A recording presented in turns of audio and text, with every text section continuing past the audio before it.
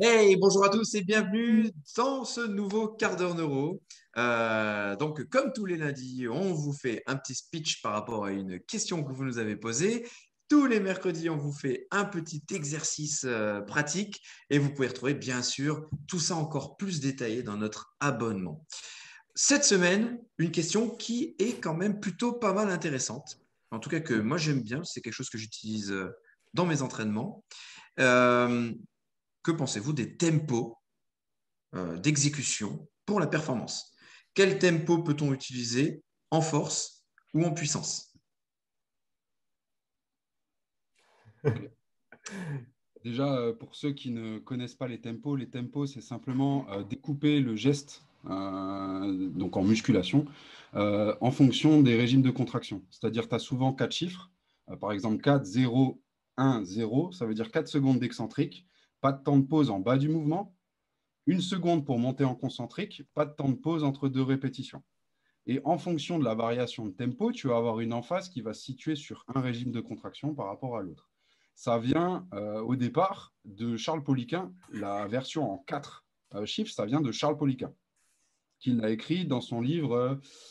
C'était quoi son bouquin? C'est Flicky Principle, non? Principle. Ouais. Voilà.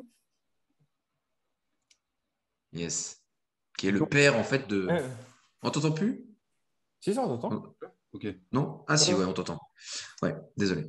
Ouais, qui est du coup, le père de ces tempos en quatre chiffres que l'on retrouve normalement, que l'on devrait retrouver un peu partout. Ouais. Maintenant, Du oui. coup, les tempos sont utilisés dans pas mal de systèmes d'entraînement. Par exemple, moi, je suis très adepte du triphasic training, où en fait, on va découper des blocs d'entraînement en fonction du type de tempo et donc de type de qualité, on va dire, qu'on veut chercher. Où on va faire, par exemple, sur un bloc de force, si on peut dire, de développement, 2 semaines d'excentrique, puis 2 semaines d'isométrie, puis des semaines de concentrique. Donc, du coup, on a des effets immédiats différés, et encore ça, c'est à discuter, qui sont différents en fonction des types de contractions. Mais avec l'œil neuro, parce qu'on va basculer neuro, c'est le but de ce quart d'heure neuro, on sait aussi que chaque tempo a une activation corticale qui est différente. Et Yes, parce que là, par ouais, exemple, je pense que ouais, la question, justement, quand il parle de quel tempo, c'est vrai que souvent, on préconise d'avoir un tempo X en prépa physique sur la Ouais. remontée pour être le plus, pour garder en fait cette explosivité, cette puissance. Et souvent, quand on fait de la force, on préconise de tourner sur un tempo de 5 secondes par reps. Alors, du coup, qu'est-ce que tu en penses de ça? ça dépend à quel point tu te situes dans ta programmation.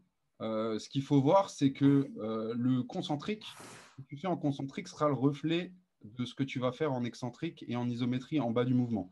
Pour moi, l'isométrie, c'est ce qui est le moins menaçant. Puis Hmm. vient l'excentrique, puis le concentrique. Du coup, c'est un peu différent du triphasic training dans le sens où là, on réfléchit plus d'un point de vue activation corticale, menace, enfin ce que Seb dit tout le temps, Performance. menace d'un côté, la performance de l'autre. Donc, on commence plutôt sur l'isométrie, si là, on parle vraiment œil neuro. Neuro. On commence sur de l'iso pour aller vers de l'excentrique, pour aller vers du concentrique, pour aller vers de la plio. Sinon, si tu regardes plus les effets cumulés, différés des séances, tu vas préférer travailler excentrique, puis iso, puis concentrique. Ce qu'il faut voir, c'est qu'en fonction du type de contraction que tu vas utiliser sur ta séance, tu peux avoir des tests d'output, donc c'est les tests d'avant-après qu'on utilise beaucoup sur de la mobilité ou des choses comme ça. En fonction du type de contraction que tu utilises, tu peux avoir des améliorations de l'output. Parce que tu as des activations corticales qui sont différentes en fonction du type de contraction et en fonction de la fatigue générée par ce type de contraction. Si la personne a besoin d'une activation corticale, par exemple du lobe pariétal, identifié par le testing RNP, par exemple, on va aller privilégier des contractions excentriques. Si, par exemple, on a besoin de l'air motrice supplémentaire, on peut aller chercher aussi du concentrique, de l'excentrique ou un peu de l'isométrie, ça dépend.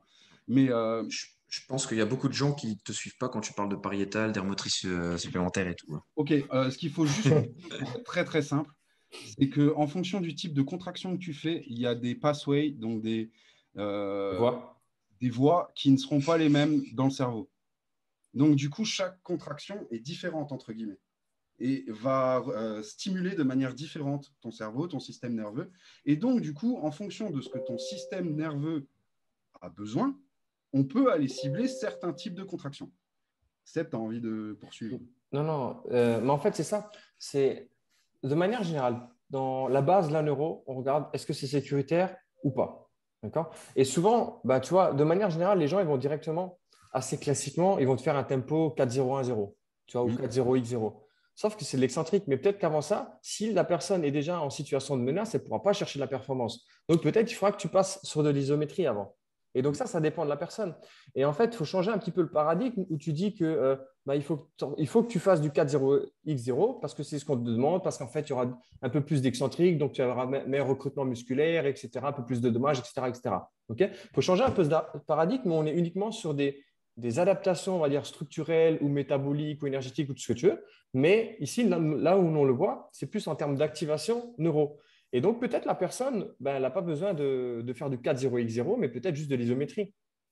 Ou peut-être, si elle est bien avancée, ben, tu vas faire plus du concentrique. Et comme tu le disais, en fonction de ses besoins et par rapport au bilan qu'on fait initialement à la base, et peut-être avant la séance, parce que ça va changer, mais en fait, toute ta demande va changer. Donc, peut-être que tu avais prévu de faire ton 4-0-X0. Tu vois la personne, tu lui fais le test que tu as expliqué tout à l'heure, et tu vois que aujourd'hui, elle répond beaucoup plus sur du concentrique. Ben, change ta séance, il faut que tu fasses du concentrique. Il faut que tu fasses quelque chose qui répond à la personne et qui aille dans son sens. La base de la planification, c'est quand même créer un athlète pour chercher le maximum de ses capacités. Ben, si de base, tu travailles sur un système qui n'est pas optimal, ben, en fait, c'est un petit peu à l'encontre de ce qu'on cherche finalement dans la prépa physique. Et là, c'est un petit peu problématique, c'est que tu perds un petit peu de temps. Si aujourd'hui, il répond à fond sur de l'excentrique, là, c'est cool, tu peux faire de l'excentrique. Mais si aujourd'hui, il répond à fond sur l'excentrique, tu lui mets une composante encore plus dangereuse ou menaçante pour lui, tu lui fais du concentrique, ben, en fait, tu vas un petit peu à l'encontre de ton objectif de prépa et d'entraînement, en fait. Moi, je pense pas que tu perds du temps parce que clairement, quand tu vois qu'il y a des gens qui passent quand même 20 à 45 minutes à s'automasser avant la séance, tu optimises ton temps en fait. Non, mais c'est vrai, on en est encore Non, là, non. mais parce que je l'ai encore vu cette semaine, tu vois. Donc voilà, c'est quand même dingue. Et il faudrait que les gens écoutent un peu plus les quarts d'heure neuro. Mais au lieu de passer du temps à perdre du temps sur des exercices, ben, optimise ton temps, fais ton test à l'échauffement, la composante de la personne, comment elle est le jour même. Et puis là, en fait, Ça. on aura des meilleurs résultats, quoi. Mais juste par rapport au quart d'heure neuro qu'on a fait la semaine passée. À un moment donné, on passe 10, 15 minutes, 20 minutes en fonction d'eux à s'échauffer. Mm. Tu prends juste 3-4 minutes au début pour faire des tests d'output simples. 3-4 minutes pour tester ce qui marche pour toi pour la contraction musculaire et voir le stimuli sensoriel. Et en fait, tu gagnes plus de temps, en fait. Parce qu'en fait, tu seras vraiment spécifique par rapport à la demande de la personne à un instant T. Et en fait, toute ta séance sera gagnée. Alors évidemment, c'est toujours plus compliqué selon les cas. Mais à un moment donné, si tu cherches du résultat, ben, donne-toi les moyens, quoi. Ouais, ce qu'il faut comprendre, c'est qu'à un moment, bah, tout est neuro et il faut absolument prendre en compte bah, le système nerveux central autour de l'entraînement, dans l'entraînement, pour pouvoir optimiser au mieux les capacités de l'athlète, quoi. Après, il n'y a pas de juste ou faux. À mon sens, c'est toujours contexte dépendant. Mais à un moment donné, Mm. si tu vois qu'aujourd'hui, il répond à A, pourquoi lui donner B? Ben, donne-lui A. Mm. Il répond à ça. Mais après, moi, perso, j'utilise énormément ça, plutôt en phase de préparation physique générale, on va dire, Mhm. d'accumulation et tout, et avec les athlètes en direct. J'en ai plus beaucoup, mais l'idée, c'est que la prépa physique, du moins la musculation, euh, oui, ok, tu as des tempos. En fonction de, tu vas stimuler certaines zones corticales, etc. Mais il faut réfléchir à la musculation en termes de temps de travail par série. Et quand on est dans le général, moi, je le réfléchis plus de cette manière-là. C'est-à-dire, je vais avoir un temps de travail par série, mais en utilisant de l'isométrie, du concentrique ou de l'excentrique, entre guillemets, c'est la même chose pour moi. Et mon Mhm. testing en début de séance va me permettre de savoir quel mode de contraction je vais devoir utiliser et quel côté du corps je vais devoir privilégier aussi. Parce que ça Mm. sera peut-être le cas pour un autre quart d'heure neuro, mais le Mhm. bilatéral, Ça se gagne. ça se gagne et ça se mérite. Ouais, c'est ça. Donc, du coup, en phase de PPG, on va dire, en début de prise en charge, réfléchissons par temps de travail et ensuite adaptons au jour le jour le type de contraction, si on va en état de fatigue ou pas, en fonction des besoins de la personne et que le système nerveux nous donne en fait au début de la séance. Bon, ben, Je pense que c'est pas mal C'est complet quand nickel. même. C'est plutôt pas mal. Donc, du coup, bah, la question, si je remonte sur la question, c'était quel tempo utiliser en fait pour la performance? Bah, déjà, on va au-delà du tempo, on va même sur le type de contraction qu'il faut avoir en se disant, bah, il faut tester en amont de séance. Et quel tempo peut-on utiliser en force ou en puissance? Bah, ça va dépendre en fait compte du jour, de la période, etc., etc., quoi. Encore une fois, je viens de relayer la question. Dans force, on sait que la force, c'est quand même aussi pas mal du nerveux. Donc, autant aller dans ce sens-là, tu vois. Mm. Après, plus on va aller proche des compétitions, cycle de pré-compétition, compétition, plus on va aller chercher des choses plus architecturées, on va dire, d'un point de vue stimulation. Il y en a qui ne travaillent pas comme ça et qui vont toujours chercher les points faibles. Ça marche très bien, ils ont des super résultats.